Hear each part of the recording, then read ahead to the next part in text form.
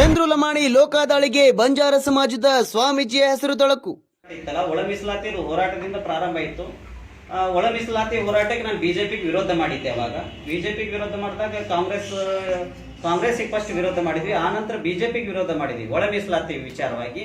ಆ ನಂತರ ನಮಗೆ ಯಾಕೆ ವಿರೋಧ ಮಾಡಿದ್ರು ಅಂತೇಳಿ ನನ್ನ ವಿರುದ್ಧ ಇವ್ರು ತೊಡೆ ನನ್ನ ತಟ್ಟಾಗಿ ಪ್ರಾರಂಭ ಮಾಡಿದ್ರು. ಬಂಜಾರ ಸಮಾಜದ ಕುಮಾರಸ್ವಾಮೀಜಿಯ ಹೆಸರು ಕೇಳಿ ಬಂದ ಹಿನ್ನೆಲೆ ಇಂದು ಸುದ್ದಿಗೋಷ್ಠಿ. ಅದು ನನಗೆ ಗೊತ್ತಿಲ್ಲ, ಅವರಿಗೆ ಕೇಳಬೇಕು. ಅವ್ರು ಬಂದ ನಂತರ ಸ್ಪಷ್ಟನೆಯನ್ನ ತಿಳಿಸಿದ್ದಾರೆ.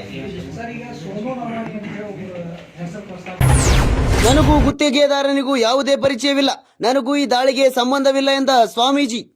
ನನಗೆ ಅವ್ರು ಕಾಂಟ್ಯಾಕ್ಟೇ ಇಲ್ರಿ ಸೋನು ಲಮಾಣಿ ಅವರು. ನನಗೆ ಎಲ್ಲಿಂದ ಕಾಂಟ್ಯಾಕ್ಟ್ ಆದ, ಒಂದು 8 ತಿಂಗಳಿಂದ ಕಾಂಟ್ಯಾಕ್ಟ್ ಆದ. ನಾನು ಬೊಮ್ಮನಹಳ್ಳಿ ಮಠಕ್ಕೆ ಉತ್ತರಾಧಿಕಾರಿ ಆದೆ. ಉತ್ತರಾಧಿಕಾರಿ ಆದ ತದನಂತರ ನಮ್ಮ ಹಿರಿಯರು ಬಂದಿದ್ದಾರೆ ಇಲ್ಲೇ. ಅಲ್ಲಿಂದ ನಾನು ಉತ್ತರಾಧಿಕಾರಿ ಆದ ನಂತರ ಆ ಮಠದಲ್ಲಿ ನನಗೆ ಭೇಟಿ ಆದರು. ಭೇಟಿ ಆದ ನಂತರ ನಮ್ಮವ್ರ ಮಾತುಕತೆ ನಡ್ಕೊಂತ ಹೋದ. ಆದ್ರೆ ಅವ್ರ ಜೊತೆ ಒಂದಿದ್ದಾರೆ ಅಂತ ನನಗೆ ಗೊತ್ತಿಲ್ಲ. ನನ್ನ ಜೊತೆ ಗುತ್ತಿಗೆದಾರರೊಬ್ಬರಿಂದ 5 ಲಕ್ಷ ರೂಪಾಯಿ ಹಣವನ್ನ ಬೇಡಿಕೆ ಇಟ್ಟು ಲಂಚ ಪಡೆಯುತ್ತಿದ್ದ ಸಂದರ್ಭದಲ್ಲಿ ತಮ್ಮದೇ ಬಾಲಾಜಿ ಖಾಸಗಿ ಆಸ್ಪತ್ರೆಯಲ್ಲಿ ಶಾಸಕ ಚಂದ್ರು ಲಮಾಣಿ ಅವರು ಲೋಕಾಯುಕ್ತರ ಬಲೆಗೆ ಬಿದ್ದಿದ್ರು. ಇದೀಗ ಈ ಲೋಕ ದಾಳಿಯ ಜೊತೆಗೆ ಬಂಜಾರ ಸಮಾಜದ ಕುಮಾರ ಸ್ವಾಮೀಜಿಯವರ ಹೆಸರು ಕೂಡ ತಳುಕಾಕೊಂಡಿದೆ. ಸ್ವಾಮೀಜಿಯವರು ಮಾತನಾಡಲಾಗಿದ್ದು ಎನ್ನಲಾದ ಆಡಿಯೋವೊಂದು ವೈರಲ್ ಆಗ್ತಿದ್ದು, ಇದೊಂದು ವ್ಯವಸ್ಥಿತವಾಗಿರುವಂತಹ ಸಂಚು ಎಂದು ಆರೋಪಿಸಲಾಗಿದ್ದು, ಇದರ ಬಗ್ಗೆ ಕುಮಾರ ಮಹಾಸ್ವಾಮೀಜಿಗಳಿಂದ ಇಂದು ಸುದ್ದಿಗೋಷ್ಠಿಯನ್ನ ಮಾಡಲಾಯಿತು. ಲೋಕಾಯುಕ್ತ ಬಲೆಗೆ ಬಿದ್ದ ಜೈಲು ಸೇರಿರುವ ಶಿರಹಟ್ಟಿ ಮತಕ್ಷೇತ್ರದ ಶಾಸಕ ಚಂದ್ರು ಲಮಾಣಿಯವರ ವಿಷಯವಾಗಿ ಆದರಹಳ್ಳಿ ಕುಮಾರ ಮಹಾರಾಜರು ಷಡ್ಯಂತ್ರ ಮಾಡಿದ್ದಾರೆ.